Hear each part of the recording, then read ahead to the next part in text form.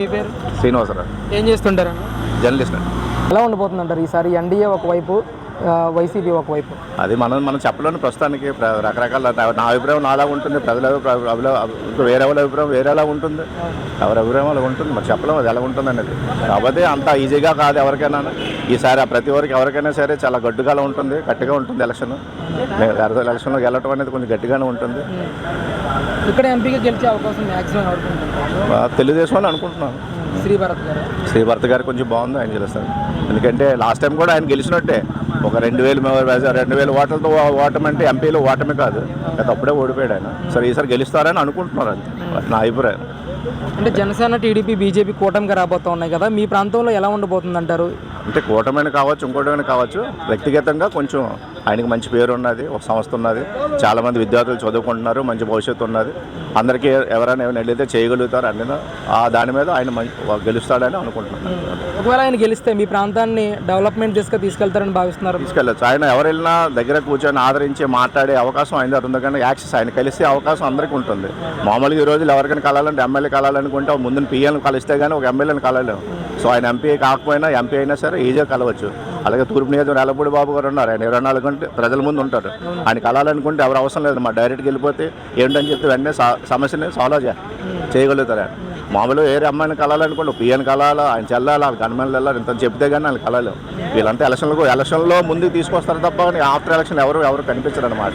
ప్రజలు ఎప్పుడైతే డబ్బులు తీసుకోకుండా ఓటు వేస్తారో ఆ రోజు ప్రజలకు కూడా అడిగి హక్కు ఉంటుంది అనమాట. ప్రజలు వాళ్ళు ఇచ్చే డబ్బులు తీసుకున్న రోజులు ప్రజలకు హక్కు ఉండదు అనమాట. అందుకే వాళ్ళు వాళ్ళు ప్రశ్నించరు, వీళ్ళు ప్రశ్నించరు. ఎలా ఉంటుందన్న తూర్పు నియోజకవర్గం? తూర్పు నియోజకవర్గం ప్రస్తుతానికి వెల్లపూడి గారే బాగుందండి.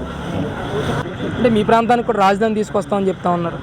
ఎందుకు రాజధాని తీసుకొచ్చి ఎవరిని ఇబ్బంది పెడతాను? ఒక రాజధాని ఉన్నది, దాన్ని డెవలప్ చేసి డెవలప్ చేసి రాష్ట్రాన్ని రాజధాని చూపించాలి. కానీ ప్రజల్ని మైండ్ గేమ్తో ఆడి రాజధాని చేస్తే సుఖం ఉంది ఎవరికైనా? అక్కడ రాజధాని కట్టి ఇక్కడ రాజధాని కట్టి అక్కడ 3 రాజధానులు ఎవరికి లాభం ఉంటుంది? ఎవరికి లాభం లేదు కదా.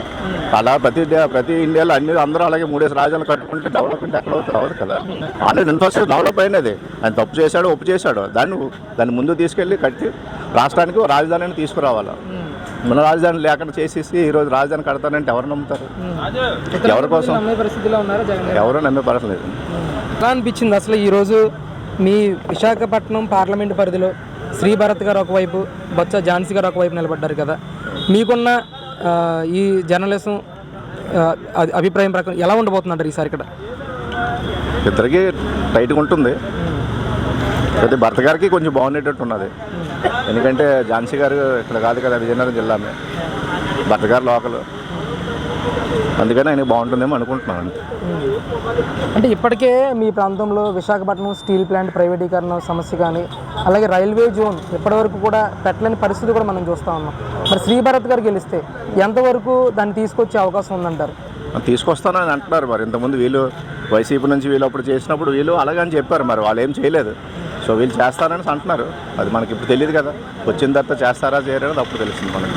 అంటే గతంలోనే 22 మంది ఎంపీలు గెలిపించారు కదా సార్, అసలు ఎలాంటి న్యాయం చేయగలిగారు మీ ఉత్తరాంధ్ర ప్రాంతానికి కానీ, మన రాష్ట్రానికి రావాల్సిన నిధుల విషయంలో కానీ? వాళ్ళు ఏమీ చేయలేపారు. వాళ్ళ కోసం చేసుకున్నారు తప్ప కానీ ఏం చేయలేదు. సంక్షేమ పథకాలు ఎవరికి కావాలో, సంక్షేమ పథకాలు అనేది ఎవరికి అవసరం లేదు. ప్రజలకు మంచి చేయాలి. ఎవరైనా ప్రభుత్వంలో ఏ ప్రభుత్వమైనా 2 ఇవ్వాలి ఎవరికైనా. ఉచిత విద్య, ఉచిత వైద్యం, ఆ 2 ఇస్తే సరిపోతాయి. మిగతా ఏమి ఇచ్చినా ఇవ్వకపోయినా సరిపోతుంది అనమాట. ఎక్కడైనా ఖర్చు అదే అవుతుంది. సామాన్యులు కానీ వేరే వాళ్ళు కానీ ఖర్చు అక్కడే జరుగుతుంది అనమాట. పథకాలు ఎవరు డబ్బులు ఇస్తున్నారు? ఆయన పాకెట్ల డబ్బులు కాదు, ఈయన కావచ్చు, నెక్స్ట్ వచ్చేయని కావచ్చు, ఎవరి పాకెట్లు ఇచ్చే డబ్బులు కాదు, ప్రజల సొమ్ము అది. ప్రజల దగ్గర ట్యాక్స్ రూపంలో తీసుకున్న డబ్బులు తిరిగి ప్రజలకు ఇస్తున్నారు అన్నమాట, అంతే.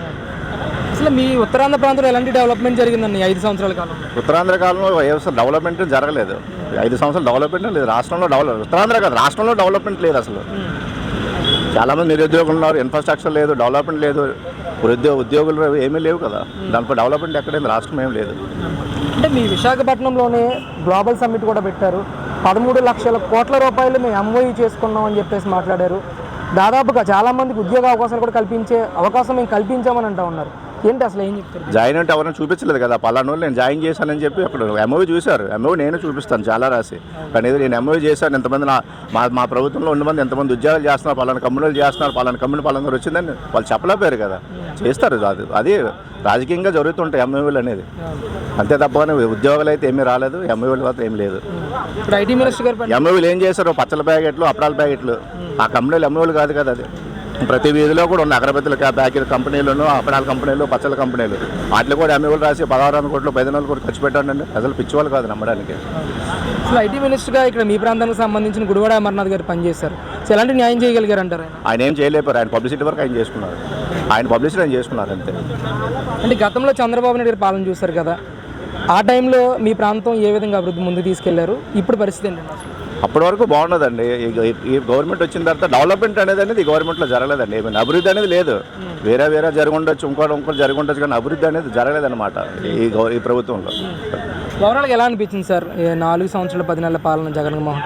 అదే చెప్తున్నాను కదా, ఓవరాల్ అలాగ ఉందంటే ఎవరికైనా ఏం కావాలో డెవలప్మెంట్ కావాలి, అభివృద్ధి అనేది కావాలి. అభివృద్ధి లేదు, ఏమీ ఎక్కడ జరగలేదు కదా. ఏమైనా అభివృద్ధి జరిగితే బాగుంది అనుకుంటాం, అభివృద్ధి జరగలేదు కానీ బాగలేదని అనుకుంటాం.